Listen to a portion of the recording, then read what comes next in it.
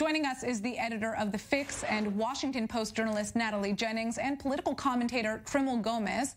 So we've been hearing a lot from the Trump camp about voter fraud in this election. How would that work exactly? Is there any truth to what Trump's inner circle is saying, Natalie? There are a lot of allegations being thrown out by Trump's inner circle and people in his orbit. We don't know any evidence to really back up those incidents. And I'll say broadly about voter fraud in the United States. We know there's potential for that to happen, but there's no evidence that it happens on a wide scale and in enough numbers to affect an outcome in a state or the nation as a whole. Now, the Trump campaign has also talked about challenging election results in Michigan and in Wisconsin. How likely is it the courts will step in? The Supreme Court is now conservative with 3 Trump picks, so could that influence the court's decision if it makes it there? If it makes it there, it could help Trump, but I think it's a long shot at this point. It has to go through lower courts. There's also a lot of Trump appointees on those courts, but it has to go through several court systems to get to the Supreme Court, where Trump is banking on a victory. And in preliminary judgments, the judgments have tended to go the ways of the state laws and letting the states oversee things, not letting the judges weigh in and make decisions here. Now, Trimel, could you give us a response there?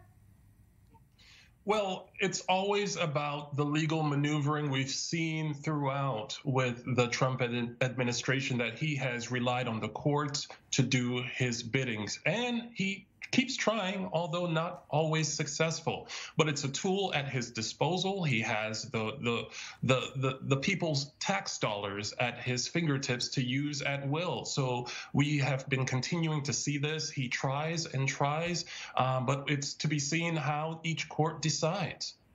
Now, during the 2016 election, we saw protests across the country against Trump's win. Will we see anything similar from Republicans if Biden wins this year? Even if they don't protest, does it seem like Republican voters will respect the decision of a Biden win? And Trimel, why don't you take that answer first?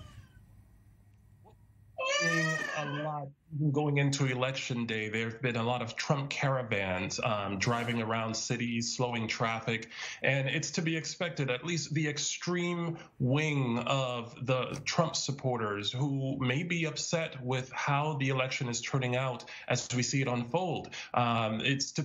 People are concerned about if they will bring violence to the streets. The aggression, as we've been looking back, has been coming from extreme ends of the Trump supporters and those who are just not happy with the way things are. So violence, we're hoping that it does not happen, but we're bracing to see what will actually happen.